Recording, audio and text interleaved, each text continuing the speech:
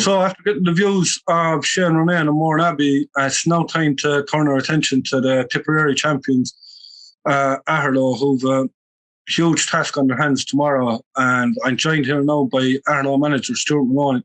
Stuart, how are things? Great, now Tomas, how are you? Not too bad now. Obviously, you're looking forward to the game. Geez, yeah, we can't wait now. A couple of months ago we didn't fully expect to be where we are at this moment, but there's a great buzz around the community. Geez, we're meeting different people out and about, and the whole place is talking about it, so it's fantastic. Really looking forward to it. Yeah, I spoke to you the night of the preview show before the senior final, and we were just saying how we spoke the night in Care after the first round of the championship, and you would have taken anything to be in a county final at that stage. It obviously would have been beyond your wildest dreams that you were going to be in a Munster final. Geez, definitely. Like you say, we spoke after that game, and like Care beat us very well that night. I know that the two teams were down a couple of players, whatever, but we came away from that, and we were very, very worried. But the next game against Feathered, it was actually deferred on the Sunday and was played on the Wednesday night. And we just felt that at that point, luck was starting to change for us a small little bit. We had a couple of players coming back into it.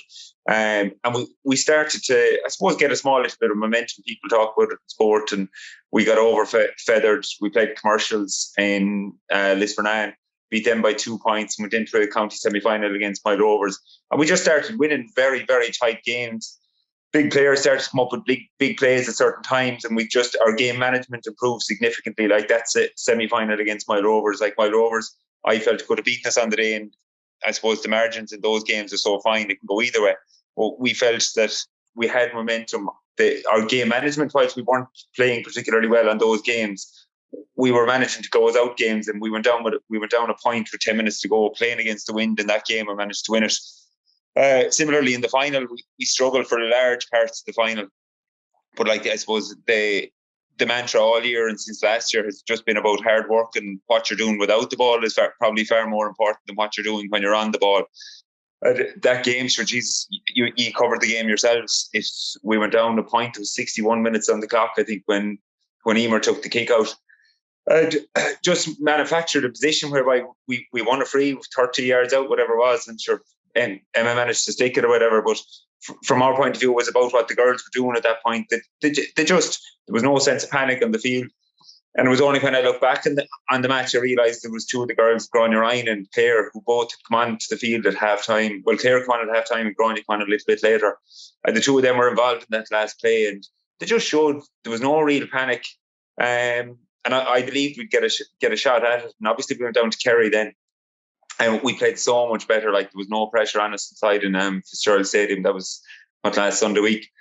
There was no pressure, and they really, really played well. We probably weren't as clinical as we can be in front of goals, but we created loads and loads of scoring chances. And I felt we just dominated that game from the very, very start, albeit we maybe held on coming towards the end. It was a fantastic performance. We kind of reached performance level that we know the girls are capable and they can surpass that again. And we were very happy because it showed their development and just where they can be, and they got close enough to play into the potential that day, maybe, you know. Yeah, so I was just talking to Paul Kelly and Munahone and talking to Damien Murphy, MKL Gales, so we're in the junior final before ye. And they were saying when they come out their own county, the shackles are off. There's no pressure there. And I think it's fair to say you played your best football all year below in Fitzgerald Stadium. Yeah, definitely. And like if you look at the history of our club, like we won a junior county title in 2011 when we had reformed and kind of went on our own again. And we got to an All-Ireland club final in 2000. I think it was 2014. We won the county and played super football to get to a Munster intermediate final, and had played poorly that year in the county intermediate, and we're very lucky to win a county title. And again this year, like there's just less pressure. We put a lot of pressure on ourselves, maybe as a group, as players, as management, and there was a lot of external pressure on us maybe this year to win a county title, because we got beaten by Care last year and then a cracking game inside in Tipp Town. So like the end goal this year, despite the fact players that say, geez, it's not about winning and losing, that for us was the goal and the objective when we set out at the start of the year, was to win a county title. So maybe when we won that, the pressure came off a little bit. it was funny, like the warm up down in Fitzgerald Stadium. We do the warm up in the backfield, and you finish a warm up in the main field, and there was balls dropping, and there was a little lacking. We were a little bit lacking in intensity, and I was starting to get a bit cranky. But there was no need, because the girls were just there, and there was no sense of panic about them. They were just there to enjoy the occasion, and it was great to see that as a group, and that's all part of their development, you know. Wouldn't we like you to be cranky, Stuart, would I? Not at all. Not at all. They mightn't say that in the dressing room. They mightn't say it at home either, but they mightn't agree with that. Yeah, just going back there to the Clare game, and I know we spoke after, and I said, I kind of probably raving about her all year, but I said it to you after the game, like, it was great to get 45 minutes into Emma Morrissey, even though she probably still wasn't fully fit. A team that was well beaten, and she was actually on fire that evening. She kicked 5 points, and since she's come back, she's shown what a quality player she is and what an asset she is. I think the day of the county final, she took a free, I think 14 yards out the first minute, and I think it said in commentary, it's a gimme, and that Brian Bruce won't be able to give away frees, that she's one of the best free takers, not only in the county but in the country, and she kicked it wide. She made a fool out of me anyway, but she got back in. Like, she is playing phenomenal football, and it just shows the character of her. And I suppose people are sick of me going on about her now at this stage, but you can't talk enough about what a quality player she is. No, she's a fantastic girl. Like, I said it after the county final with yourself in that interview, like, it's the work she does off the field. Like, she works so hard in her game, and has done for the last couple of games or last couple of years. And obviously she suffered that horror injury there in against Dublin this year, and that was her first game back against Clare, and we were very conscious about not overloading her too much in that game and in subsequent games as well. And she just continues to improve, and she raises her own standards. Our standards without Emma and without the county girls at training are very high, and like, we pride ourselves in the strength of the panel and the intensity when training without the girls, such as Emma and Caitlin and Anna Rose. But when they come back into it, it just goes up another notch. And she has a self-confidence, like, when she misses a free, she has confidence enough in her own ability to know that you just chalk that off and you get on with the next one. So it's I really think she'll continue to develop and grow as a player and as a person. Like, she's a fantastic asset to us as a club, and hopefully with Tipp this year. And I know she played a league final there with DCU last year, and she got a goal and set up Carla Rowe for another one. Like, so it's great to see that, like, and it's great to see how she's developing that. Yeah, because just talking to Shane Ronayne earlier, and he was saying, like, the first year that she was in the Tipp panel with him, she was only on the fringes, but she went away and she improved her game, and that just shows the dedication of the girl. Like, yeah, without a doubt, and that's what she does. She'll work on her game away from the field. Like, you'd often get a text to say that she's after doing a shooting session or a running session or whatever is the case. But like, as a consequence of that, like, we have that within our own squad then, and like, we're not county champions just by luck or anything like that, because the likes of them and the likes of, like, all the other girls, the Condons, Laura, Ivory, Kate, you can go through the whole lot of them. They have all raised their own standards, like, and that brings up the standard of the overall group, and it's great to see, like, and hopefully, like, geez, I'm very hopeful that this is only kind of a stepping stone for them as well. Yeah, because even like Eamon McCarthy in the goal has saved you on more than one occasion. A top class keeper, like, having somebody at that quality in the sticks is a huge thing, and it's a huge confidence for the backline as well. It is, of course, and like, Emer's as cool as a breeze. She's really laid back, which I suppose works well as a keeper. Like, but her shot stopping, like, Jesus, if you like, I can go through all the games individually. Like, when she's just produced top class saves 1-on-1, she's just difficult to beat. Like, and her kickouts have been excellent all year. And you know, like, there was like this competition for other places, goalie included as well. And like, Emer, she got a chance to start the year, and she's held on to that, and she's been fantastic. Like. Yeah, and I suppose Shane Ronayne is going to know plenty about Aherlow, and he knows what way the likes of the Condons and Emma and Caitlin and Anna Rose and that, he's obviously worked with all them, but you can use that to your advantage too, because obviously they know the way he works. Yeah, definitely. I think if you look at it logically, good into the game. Like, should they have Shane is obviously he's going to be managing Cork next year. Like, he's been involved with Mourneabbey for a couple of years now. Like, they've multiple All Irelands. He's great knowledge of our girls and all that. And if you look at it logically, geez, you look at Mourneabbey with the players they have within their own ranks. Anyone would say, sure, this is only going to go one way. Like, I suppose the beauty of sport, Tomas, is maybe logic doesn't always apply. So, like, we'd be going down there. We're not going down just for the enjoyment of it. We're not going down just to enjoy the experience of a Munster Final or anything. Like, we're going down to win, or at least put ourselves in a position, if we play something to our potential, if we work hard enough off the ball, that we'll be there or thereabouts. We're hopeful for that, like, but like they're loaded. Like, and I saw them. I was lucky enough to see them last week against Ballymac, and their management on the sideline. Shane is obviously top class manager. He's been with Tipp for years.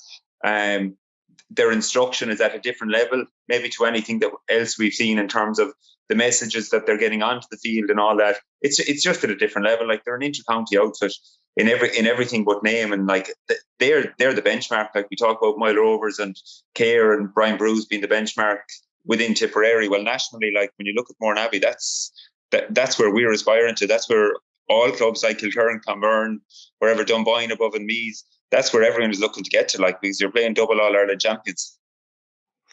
Yeah, like, as you said, logic does say that Mourneabbey should win it, but there was never a match won on paper, like, so. And the way he played all year as well, even coming back from the Care game, like, the Feather game was nip and tuck for a long time, and Commercials could have easily beaten me. Mile Rovers probably should have beaten me. So, and obviously the county final could have went either way, and the goal at the end. But the heart that's been shown in the Aherlow team all year, and the character, it has to be seen to be believed, really. Yeah, and that's funny. That's something. I moved down to Aherlow in 2006, and I started kicking a bit of ball with them. Like, and it was the one thing that I was told about was, geez, Aherlow will never die. They'll never give up. They'll never throw in a towel and all that. And it's one of those intangibles that you have in a place, and you often get it in small rural places where it's people are willing to fight for each other. Maybe there's a bit of hardship around the land or whatever it is, but it galvanizes people, and we've had that this year. Like, we've had situations where, as you say, maybe there's games where we should have been beaten, but they go back to the game management and the conviction and the self-belief this team has in themselves, that they just, regardless of a scoreline, they won't throw in a towel. They'll keep working. They'll keep applying themselves. They'll keep doing what they feel they should be doing at any given time, and they just put themselves in positions to win games. And fortunately, like, we've been very fortunate this year. Sorry, in that we've come out the right side of a lot of tough games, and that doesn't always happen by luck either. I know we need luck, but sometimes you get the luck because you deserve the luck. Yeah, because I suppose the management team as well have to keep calm there on the sideline. I know we spotted you on camera a few times getting a bit animated over the year, but the likes of Edel and that too, her experience in coming in there has to be huge as well. It is, yeah. Sure, like, geez, Edel is a legend around the place. Like, she won an All-Star, I think it was in 20, she'd kill me now if I get it wrong, I think it was 2013. I'm hoping it was 20 or 2009. I'd have to, geez, you might edit that out. I was actually looking at it earlier on now. Could be 2009. I think it could be. I'm going to cheat here now, and I've my phone in front of me. I was actually looking at it earlier on. It came up in a Zoom quiz last year. We had a lockdown Zoom quiz with the squad, and I actually got it right then. I can't remember, was it 13 or 9? We'll get it here.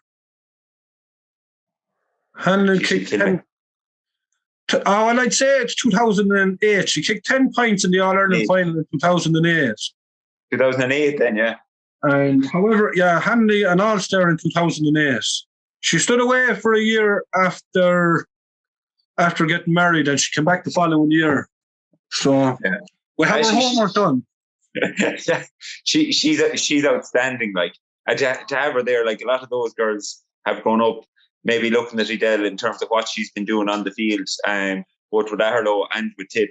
And so maybe she created a platform for us as a club in terms of giving the club a profile with it, like both within Tipperary, but also at national level as well. And to have her there and just her advice in terms of maybe the runs to make or how to kick a ball. And she's done individual sessions with some of the girls. And she's a busy lady. Like she's 2 small kids herself. She's making a huge effort to come down when she can.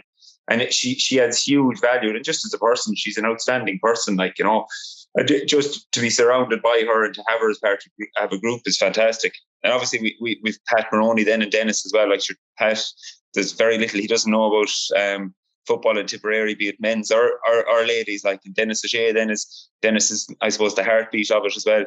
And he's a tremendous, he's a hurling guy. We're trying to fully convince him to give up hurling and concentrate fully on ladies football. But we have a battle there in our hands. But it's just like it's great for me personally, but also for the girls to be exposed to those people, because they know so much about the game, but they're also willing to learn, and they're always learning themselves, and they're just great people to be involved with.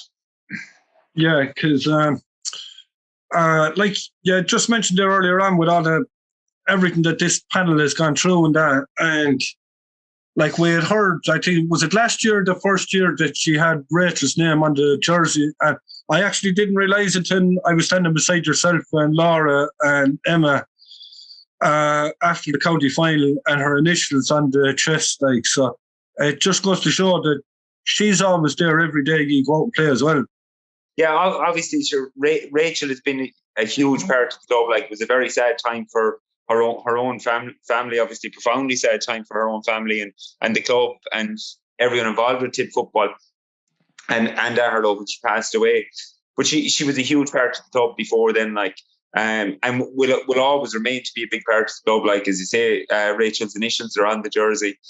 And she's always thought about, obviously, when we go out in the field, and even after the county final, one of the first things that the girls wanted to do was visit her grave. So yeah, they're an incredibly proud bunch. They're incredibly proud of Rachel, and will continue to wear her name. And she inspires us every time you go out in the field. She's some of the girls were particularly close to her, like, so she's never forgotten, and Rachel will hopefully continue to inspire us as we go forward as a club. Yeah, well, no doubt she'll be looking over you. She'll be there on Sunday in spirit, and hopefully come out with the right results. I wish Shane the best of luck when I finished up talking to him, but I told him I didn't half mean it. Look, Stuart, really hope you can do it on Sunday, and I wish you the best of luck. And it's been an absolute pleasure working with you all year, so I just hope you get your rewards in Mallow. Thanks, Thomas. Just a quick thanks, Thomas. We've been very fortunate as a club to be surrounded by a lot of good people, both in the administration side of things, but also in the lead up to the county final and the Munster campaign. Like, a lot of people have put their hands in the pockets to support the girls. So, yeah, we're just very grateful to everyone who's done that. Like for those who can show support in any way, and hopefully we'll have a good crowd below Mallow on Sunday. And sure, the result will look after itself, but if we get a performance, we'll be there or thereabouts. So hopefully we will. And thanks to yourself and obviously Tipp ladies for all the support throughout the year. Yeah, well, Stuart, we'll be talking to you after the match, and you never know, we might have an old rock shandy or something after the celebratory drink. Hopefully. So that's Stuart Moloney there, Aherlow manager, head of the game. Don't forget that the game, it's at 2:00 in the Mallow Sports Complex, but if you can't be there, you can tune into CK Streaming, and we've live and exclusive coverage. If you go into our YouTube and click subscribe, or check us out on Facebook, Instagram or Twitter, you'll see all the links there for the game.